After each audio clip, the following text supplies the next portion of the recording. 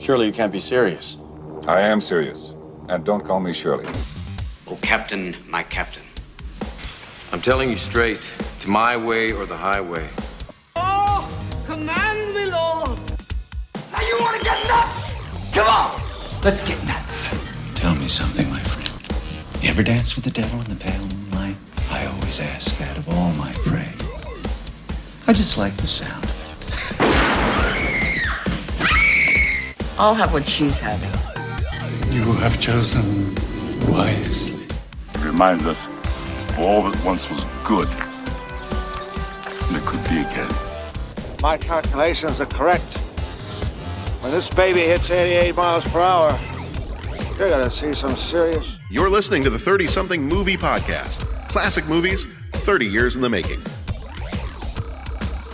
Hey everybody, John here. This is probably going to be episode number 258, I believe. We're going to spend some time talking about the Rise of Skywalker trailer that came out, specifically kind of like the last minute, or some people have asked, can you do an entire episode on the last, or we need an entire episode on the last 10 seconds of that Rise of Skywalker trailer from D23. So because we had a little bit of trouble getting everybody together for our regular 1989 movie schedule for this week, with school and life and work and babies on the way and all that stuff, it just was going to be tough to get everybody together this week, so we kind of had to take a little bit of a break from the regularly scheduled podcast. That being said, I'm going to just do this on my own and just give you kind of my take so far on what we've seen from Rise of Skywalker, specifically from this last trailer, and we'll hopefully that can tide you all over until we get back to our regularly scheduled movies. So I myself have had very little time to kind of sit down and record anything this last week. It's been a little crazy, and I had to actually go into the city for work today, so I am recording this probably in bits and pieces around the city. I'm at the train station this morning, so as I'm recording this, the audio quality may not be quite as good as it normally is. I'm doing this off my iPad and don't have any other, special microphones or anything else with me other than just what I got on my earbuds, so apologize if the audio quality is not as good as we normally have it, but this is just what it's going to be today, so that's what we're going to do. And I'm probably not going to do a whole lot of editing either, let's be honest. I'm just going to talk, and then we're going to put this out there. Let's jump on into the Rise of Skywalker stuff. So, this teaser that came out at D23, oh man.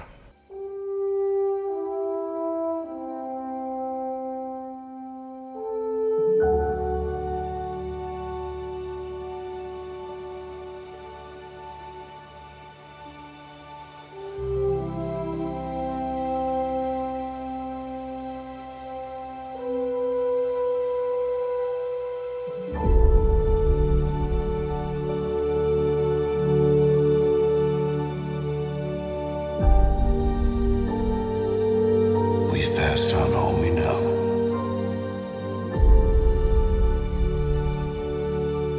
A 1,000 generations live in you now.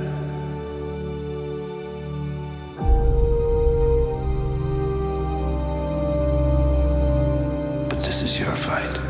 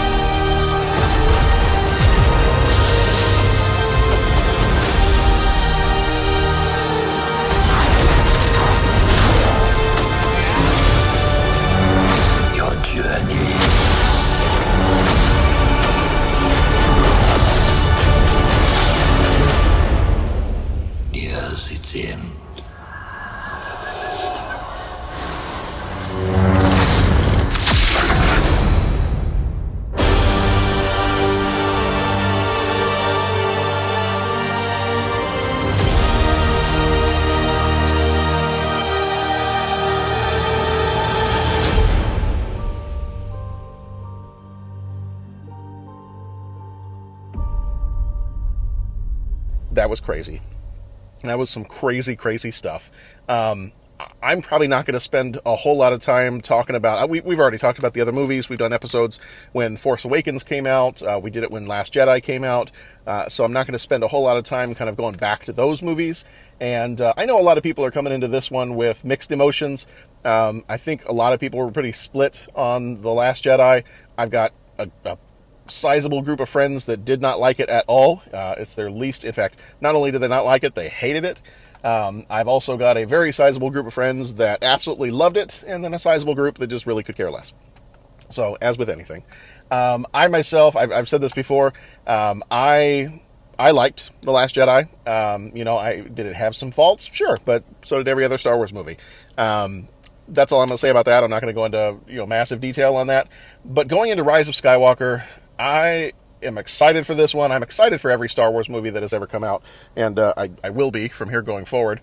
But this one in particular, knowing that this one is the end, this is what we've been building towards for this trilogy, and then knowing that it's also going to... J.J. Abrams is attempting to wrap up the 9-movie arc of this Star Wars saga, of the Skywalker story. And then I got to go to Star Wars Celebration this year, and I was there, was able to see when they first released that trailer, and I think I mentioned on the podcast before, but that moment when Ian McDiarmid comes out and does his "roll it again" was just amazing. It was outstanding. People around me were screaming, just going absolutely nuts. So that was a lot of fun. It was a lot of fun to be a part of that, to be there for that. We watched that trailer in that hall, maybe at least 3 times. They kept replaying it over and over and over again, and then for the rest of that day, it was being replayed everywhere. So I've been excited since the moment I saw the first trailer for this one. Now, I will say, over the course of the last few years, I have really tried to go into some of these Star Wars movies a little bit more spoiler-free. Not completely spoiler-free, but a little bit more spoiler-free than the prequels. For the prequel movies, I was on the Force.net forums all the time. I was looking up everything I could find. I listened to the music before the movie came out. I read the books before the movie came out. I knew, or at least I thought I knew, every moment of those movies before they even came out. So, I don't know if that ruined some of it for me. It didn't. I enjoyed the prequels, so it didn't ruin the prequels for me, but there really weren't a whole lot of surprises. And I guess there really weren't going to be a whole lot of surprises in the prequels anyway, because we know what's going to happen to everybody in the prequels. So, that being said, I have tried to stay a little bit more spoiler-free for these movies. Really haven't sought out much, but when it does come along, I don't hide from it necessarily. So I know Dennis, one of our co-hosts, he's really been trying not to watch trailers, and that's been tough because I've been constantly texting him the Joker trailers when they come out. So I don't know if that's me being kind to him by sending him something cool, or if he's just getting sick and tired of me sending him trailers he's not going to watch. But so we had the D23 teaser that came out and gave us a little bit more of what's going on in this story. So let's just go ahead and break down this trailer and talk through some of it. And everything I say here is going to be speculation. Like I said, I don't feel like I've done a ton of following or research on this. A little bit here and there, and I've got some of my own ideas and my own speculation for this, or some spots that I've read on some different websites. Some of the spots, I can't recall where I read them because it's been a while ago, so I apologize if somebody's listening to this and they're like, hey, that's not your idea, that came from this website. It probably did. So I'm not necessarily going to claim that any of this is original to me. This is just kind of based on what I've read, what I've heard, conversations I've had with people, and the trailers we've seen so far. This is kind of my take on the Rise of Skywalker trailer. So, we start off with the original trilogy and the prequel trilogy montage. Was a very nice collection of scenes from the movies. Obviously, these have been curated to kind of give us a taste of what's coming our way, to remind us of what it is that we're wrapping up here. You had kind of a slow version of Yoda's theme playing in the background, and then you have the voiceover from Luke that we got in the first trailer. We've passed on all we know. 1,000 generations live in you now, but this is your fight. And then the kind of the final image that we get is from Force Awakens when Rey is fighting Kylo with her lightsaber, and she has her eyes closed, and then she opens them, and then we cut to a title card that says "This Christmas," and then this is where we start to get the new footage we hadn't seen before. This is the desert planet. This first one is the desert planet of Pasana, I believe that's what it's called, home of the Aki-Aki. So we're on another desert planet that's not Tatooine and it's not Jakku. At some point, I feel like somebody should just come out and say, nah, we're just kidding. These are just different countries on Tatooine. We just named them Jakku and we named them Pisana. But I'm sure in the galaxy there's a bunch of desert planets, so let's go to another one. Why not? We see Rey, Finn, Poe, Chewie, and 3PO in the image here with the Falcon kind of off in the background, off on the side of the picture. Some kind of festival or celebration is going on. You can kind of see puffs of smoke, colorful smoke going up in the air. You see some tents. Looks like some kites or some flying contraptions. So it clearly looks like some kind of a giant party or some kind of a celebration of some kind. Then it cuts to a scene of General Leia, and it kind of rests on her for a moment. J.J. Abrams has been quoted as saying that Leia is the heart of this movie, and so I'm going to talk a little bit more about that in just a little bit. As we probably know, if you've been following any of it, they have said that they are reusing footage of Leia of Carrie Fisher from Force Awakens and The Last Jedi in order to finish off her part here in The Rise of Skywalker. Then we get a title card that says The Story of a Generation, and we see a shot of Resistance ships coming out of hyperspace.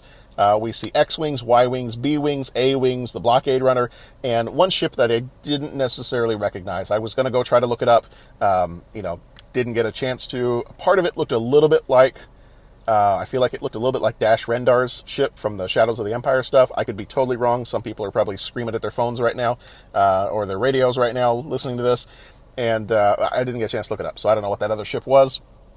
And my memory of Star Wars ships has kind of waned over the years as I've put more things into my brain. So, interesting to see that they are all, not that we've seen a huge amount of brand new fighter ships in these movies. It's been mostly X-Wings.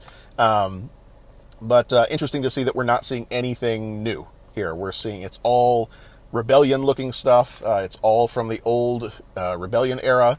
So not a whole lot new from them. Of course, they've been on the run for a while, so it's not like you can, be super innovative when you're on the run all the time.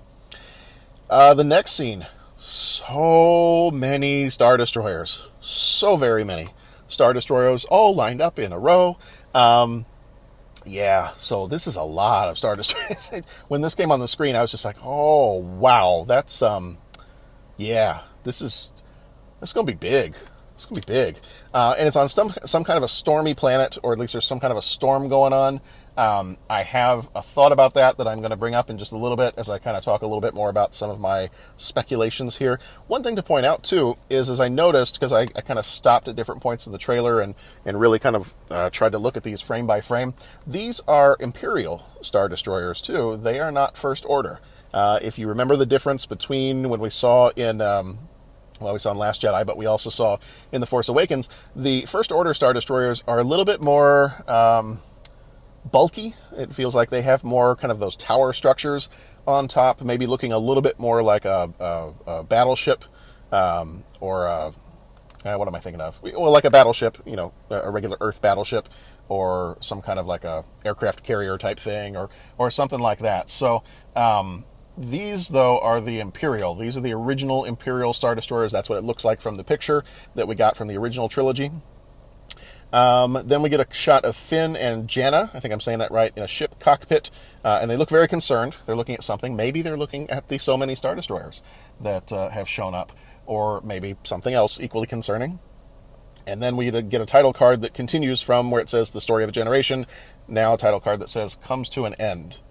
And then we see Evil 3PO with his red eyes. So this kind of reminded me of 000 from the comic books. If you've read any of the Dr. Aphra comic books or the Darth Vader comic books that they have had over the last few years, there was kind of an evil C-3PO, evil protocol droid called 000, and that was... he did very nasty things. And then back in the old comics, in the Dark Horse comics, there was an assassin droid called C-3PX. And that one was kind of like a redesigned assassin droid version of a C-3PO who also had red eyes. So could be something to do with that as well. C-3PX served Darth Maul before the first time he died, back during the Clone Wars era. So could have something to do with that as well. Not sure at this point, but just speculating. They have said repeatedly that there's going to be, definitely some fan service in this movie, that there's going to be Easter eggs for all eras of the Star Wars saga. So that would be interesting to see. So, stories that have gone on, they've been featured in the prequel novelizations. It's been the Dark Horse comics. If it's related to the 000 droid that's in the Marvel Star Wars comics. So, there's going to be all kinds of stuff in here from all the eras of Star Wars. I'm excited to see what they do with this. I'm also kind of curious. I don't know that we've heard yet, or at least I don't recall, what the runtime for this movie is. I would be very fine if this movie had Avengers Endgame type runtime. You're wrapping up a 9-movie saga. So if you want to take a little bit of extra time and make this a little bit of a longer movie, I think probably every Star Wars fan out there would be totally fine with that. I think Endgame shows that you can do it and that people will come see the movie. If it's, Endgame was the culmination of the Marvel movies. This feels like it's the culmination of the numbered, well, maybe all the Star Wars movies, but at least the numbered Star Wars movies. So I don't think it'd be a problem if you decide that if J.J. Abrams wanted to make this a longer movie, closer to 3 hours, clearly Endgame showed us that that's totally fine and people will still come see a movie that is that long. So I would be absolutely thrilled if that's what they decided to do with it. Okay, well, back to the different scenes. The next scene we get is you have some kind of a red super laser beam ravaging a planet's surface. It looks very rocky and snowy. I believe, I haven't heard this pronounced out loud, but I believe that it's called Kijimi. I don't know if I've got that right. This apparently is the planet where they have the Thieves' Quarter, and we've got some newer kind of bounty hunter, scoundrelish characters showing up in the Thieves' Quarter. So it looks like this may be that same planet. I think we saw a couple of scenes of this planet also in the original trailer that came out several months ago. So that's what that one looks like. I don't know what kind of a weapon this is.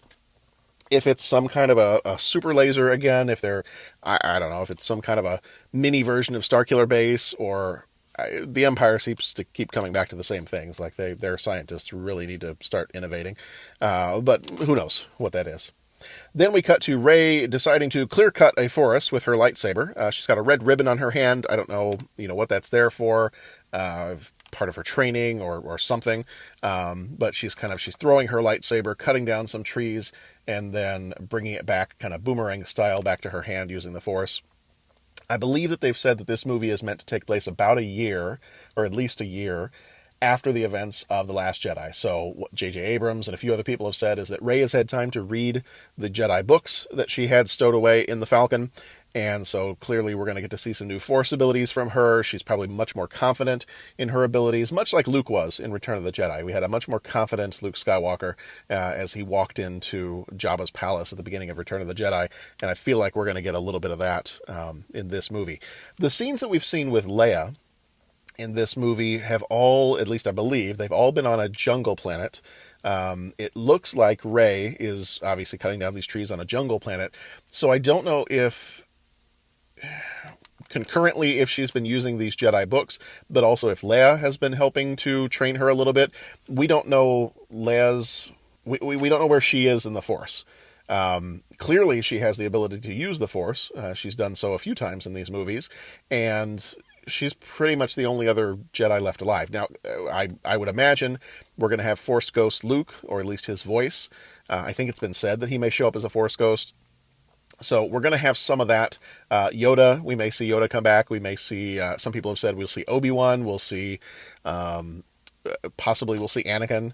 So maybe Qui-Gon, who knows? So I don't know. I don't know if Leia is helping to train Rey, or if she's just there with her on this planet at some point. We saw in the first trailer that they hug at some point, and they're on this jungle planet. So I don't know what her place is in this movie. They've kind of kept that under wraps, only really saying that she's the heart of this movie. Then we cut to Kylo on a desolate planet. The ground is all kind of cracked, and it looks a little bit like the planet of Crate, the one that had the salt surface, but it's a little more cracked and a little bit more dry and desert-like. It's kind of stormy in the background, so we get the sense that maybe this has something to do with the same storm that we saw those Star Destroyers in one of the earlier scenes. He ignites his lightsaber, and he's striding purposefully towards something. We're not sure quite what it is yet, but that's what he's doing. Then we cut to a scene with a duel with Rey. I think it's on the Death Star wreckage. It looks like that scene we saw in the first trailer where the Death Star is submerged in an ocean or a lake, and there's pretty rough waves going on all over the place. And so that kind of looks like the area that they're having this duel in, is it's a area of the wreckage that they're fighting on. Now, something interesting that I heard about this, before we move on to the next place, is that I believe it was, I don't remember where it was from. Was it, I got my notes here right in front of me. I think it was Making Star Wars had found from a source that the Rey and Kylo duel will have them, quote, force flash between locations from the saga. So what it sounds like is it sounds like we're going to get a duel that's kind of like a Battle of the Heroes that we got from Revenge of the Sith, but as they're fighting, instead of them interacting with lava and whatnot on Mustafar, from that one source, it sounds like what will happen is their connection to each other in the Force and the lineage of the Skywalker family, if Rey ends up being a Skywalker, who knows, that somehow that connection to the Force will cause them to flash between different places in the Star Wars saga. Maybe a little bit like Rey's Force flashback or flash forward or whatever it was in The Force Awakens when she first touched the lightsaber, and she was kind of almost seemed like she was transported to those different locations, either as part of a vision or whatever it might be.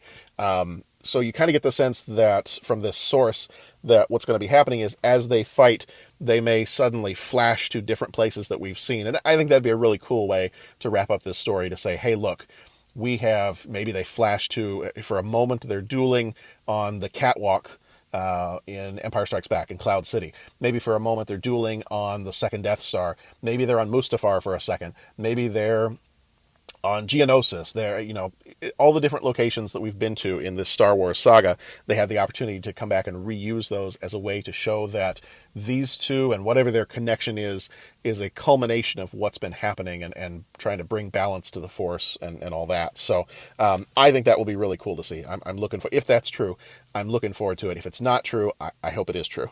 So that didn't make any sense, but that's what I'm going with. Okay, so they have the duel, and then as they're dueling, we get the voiceover from Palpatine, "Your journey nears its end." We don't know who he's talking to. We don't know if he's talking to Rey. We don't know if he's talking to Kylo, so we're not sure who he's talking to there. And then, this is the part that I had, several people tweeted and said, we need an episode just on the last 10 seconds of this trailer, because I think this was the most shocking part for everybody. We see Dark Rey's face.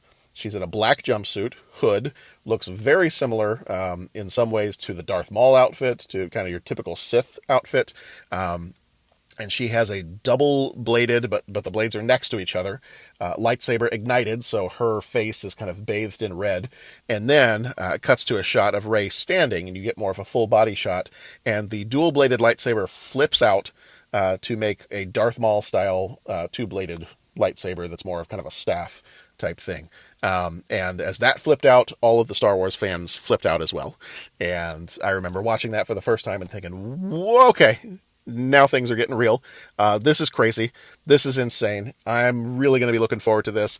I think, speculation-wise, I think this is probably a vision. I don't necessarily know that this is actually something that happens to Rey in the movie. I don't know that I think she turns bad. I'll talk in just a minute about some of my other thoughts on this, because I had a few other thoughts based on all the Star Wars stuff that I've read over the course of my life, whether it's the comic books, the books, even if those comics and books are not considered canon anymore, there's a few things that, as I'm watching this, I'm thinking, that kind of reminds me of some stuff. I'm looking your direction, Timothy Zahn, and the Dark Empire comics, but we'll get to that in a second. Where is she? Is she in a little bit, the background of where she's standing kind of looks like that dark cave that she was in, where she had the vision of the multiple copies of herself, as she was kind of facing this almost cloudy wall, and she was about to go touch it, and that whole weird scene in The Last Jedi. Is she in that cave? Maybe, kind of looks like it. Is this a Force vision? Is she in the Death Star wreckage?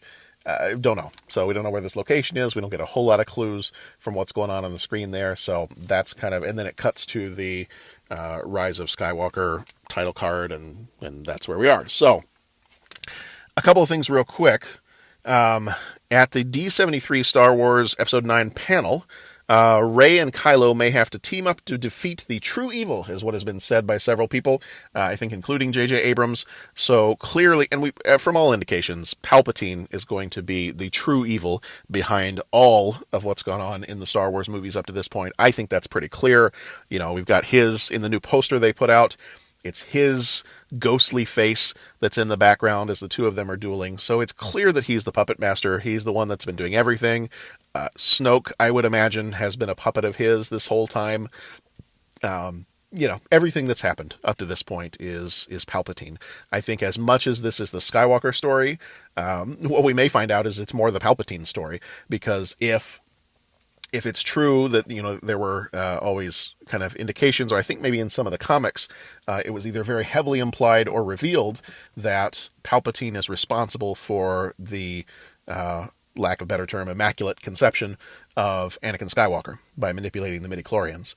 So maybe this 9-part trilogy is more, when we get done with it, it's not the Darth Vader story, it's not the Anakin Skywalker story, it may not even be the Skywalker story, it may be the Palpatine story, and everything has been his manipulations from, you know, early days on through to when he was Darth Sidious, to becoming the Emperor, to dying, to now whatever we're going to see in Rise of Skywalker. So that'll be interesting to see.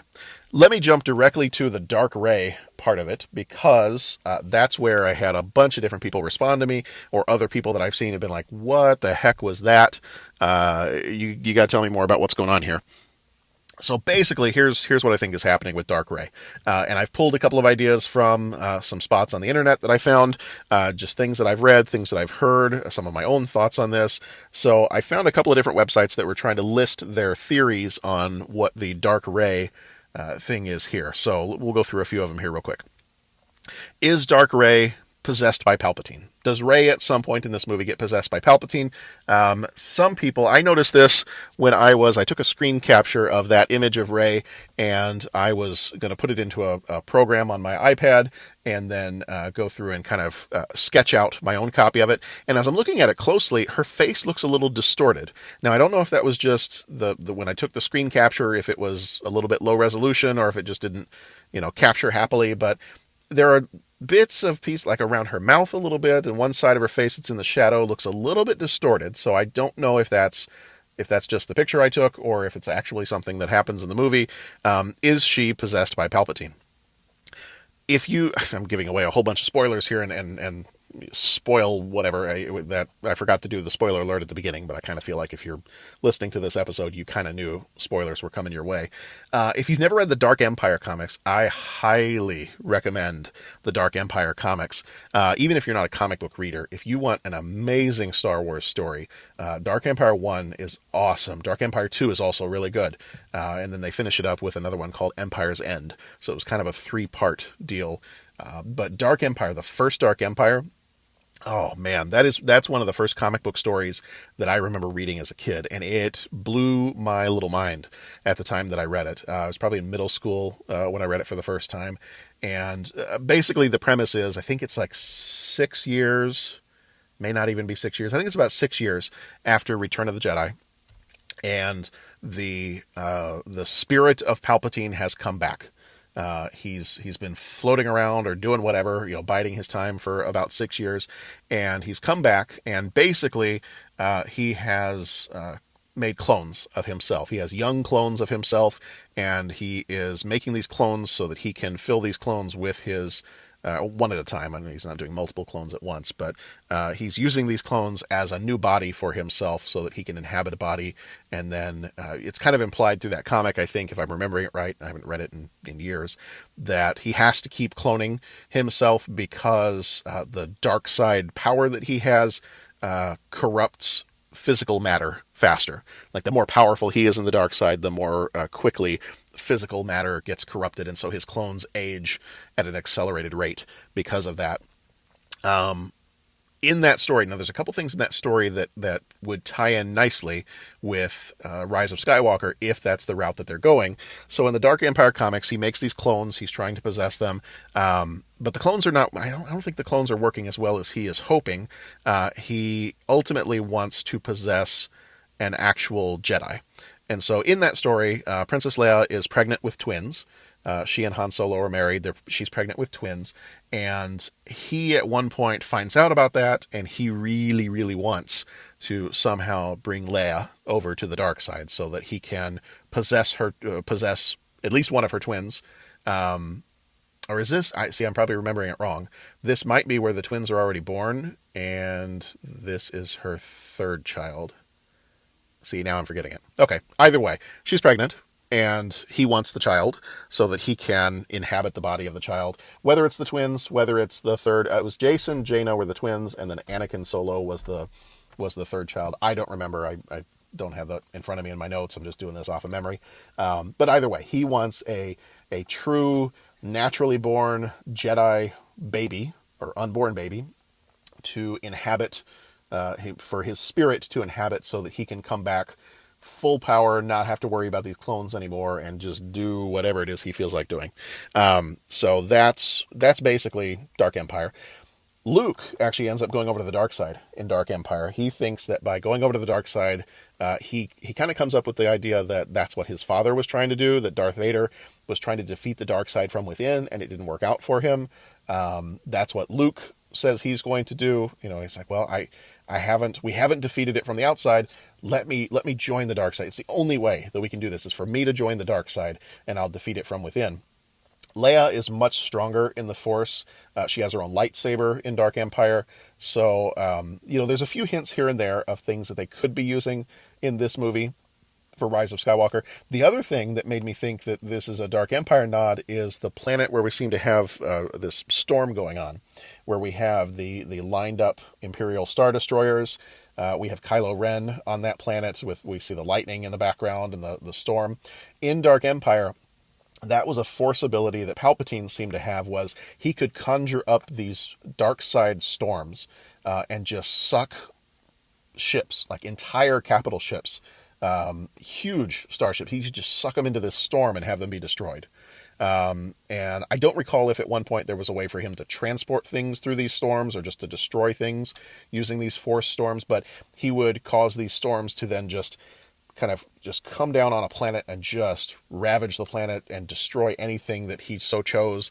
But that was a power that he had in the Dark Empire comics. So that would be interesting to see if that has anything to do with the storm that we see in this battle with all these Star Destroyers.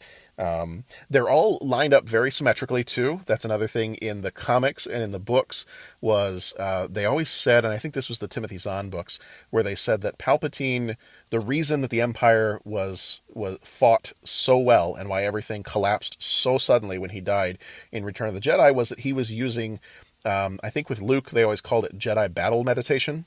And it was the idea that you were using the Force to coordinate your different resources in a battle.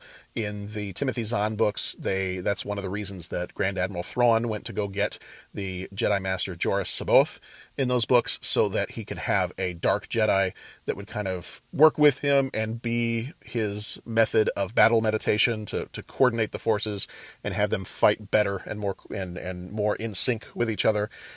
So that could be, it may just be that they're lined up in nice, neat little rows, but it could also be that Palpatine is using his power to coordinate this battle, and he's brought all of the resources of the Empire, the First Order, all of that to bear in this battle at the end with a Force storm and all this other stuff. So again, just speculation. I don't know, but those were a couple things that I thought, well, they seem to be, at least from what I'm seeing in these trailers, at least honoring the story of Dark Empire in a few ways. They're paying homage to that in a couple of different ways, and that would be really cool.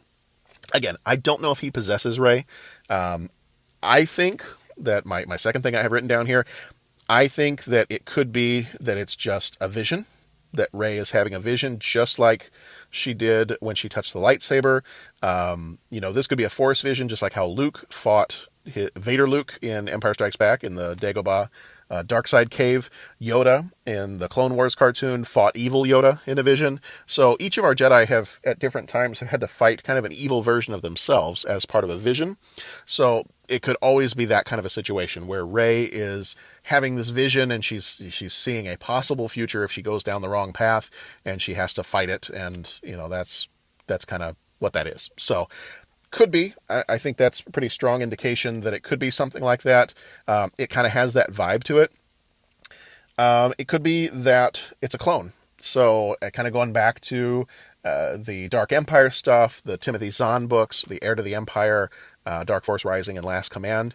You've even got Rise in one of those titles. So, but the Last Command, you find out that the Empire, the remnants of the Empire, Grand Admiral Thrawn, have been using at the time they called them the Sparty cloning cylinders, and they've been using it. You find out, again, spoilers, but hey, spoilers all over the place this episode. You find out that Joruus C'baoth is actually a clone of the original Jedi Master Joruus C'baoth, and that's why he's partly insane. Then in the end of that book, Luke ends up fighting Luke. I don't know how you say that name, but it's Luke with 2 U's. And it's a clone. It's kind of like an evil clone of Luke Skywalker. And so that could be kind of paying a little bit of a tribute to that as well, the Timothy Zahn books, by having it be a clone of Rey. And maybe that kind of answers the question of Rey's parentage. If she's a clone, if she's one of several clones, then that could answer the question as to why we don't know who her parents are. Or her parents, if what was said in The Last Jedi is true, then her parents are nobody. Maybe that's very literally true. Maybe her parents are nobody. Maybe she was a clone that was rescued. Maybe, I don't know. So that's a feasible way to take that too.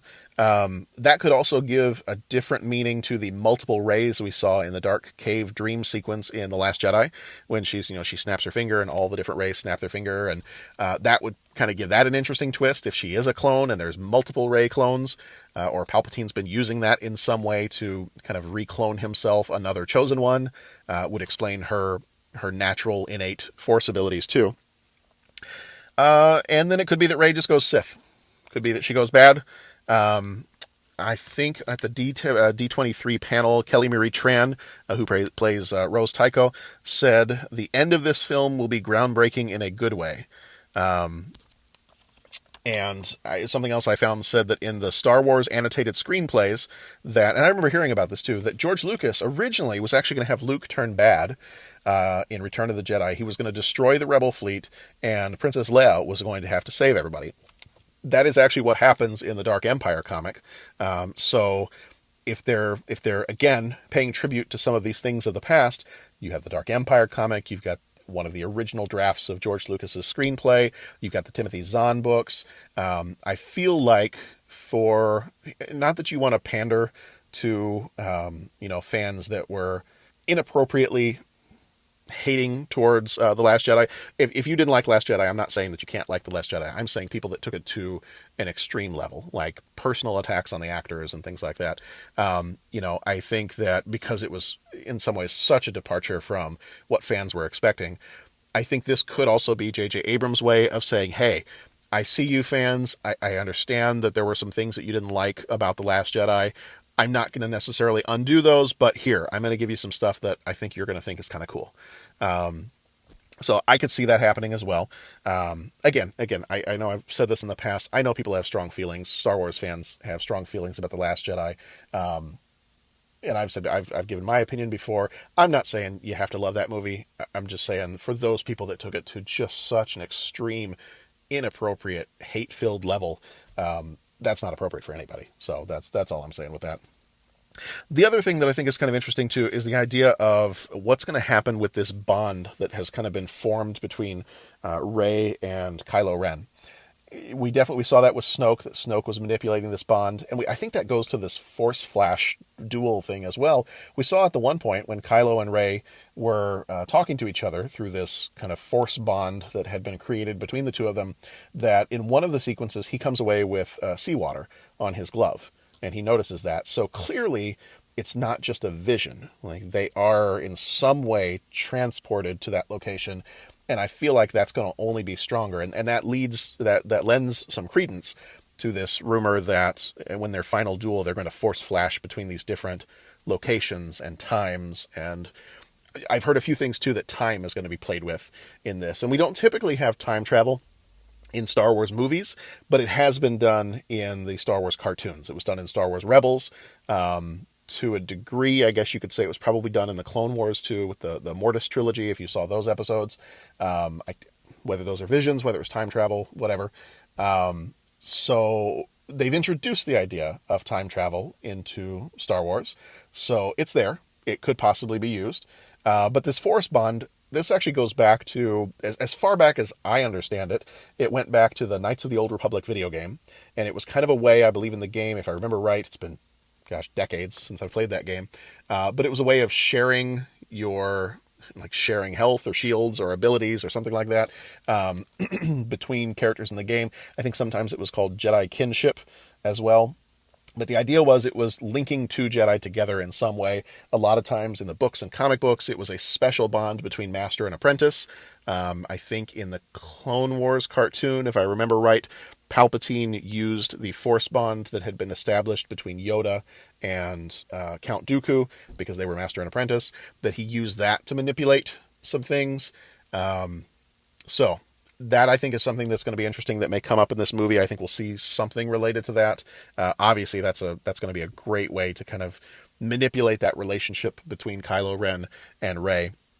Darth Sidious has done this Force bond, or he's manipulated it. Darth Maul did it with Ezra, if you watch the Star Wars Rebels cartoon. Snoke has done it, but now I guess if Snoke is just a puppet of Palpatine, if he was maybe a clone that Palpatine used, or a body, maybe he was a follower of Palpatine's that he allowed himself to be possessed or whatever, he's done it as well, or Palpatine did it through him. So we've got a lot of different options here, but I think that's an interesting storytelling way to really kind of ramp up what's going to be happening with the Kylo Ren-Rey relationship, and how Palpatine has maybe been pulling the strings all along. So that is, let me just glance at my myriad pieces of paper here.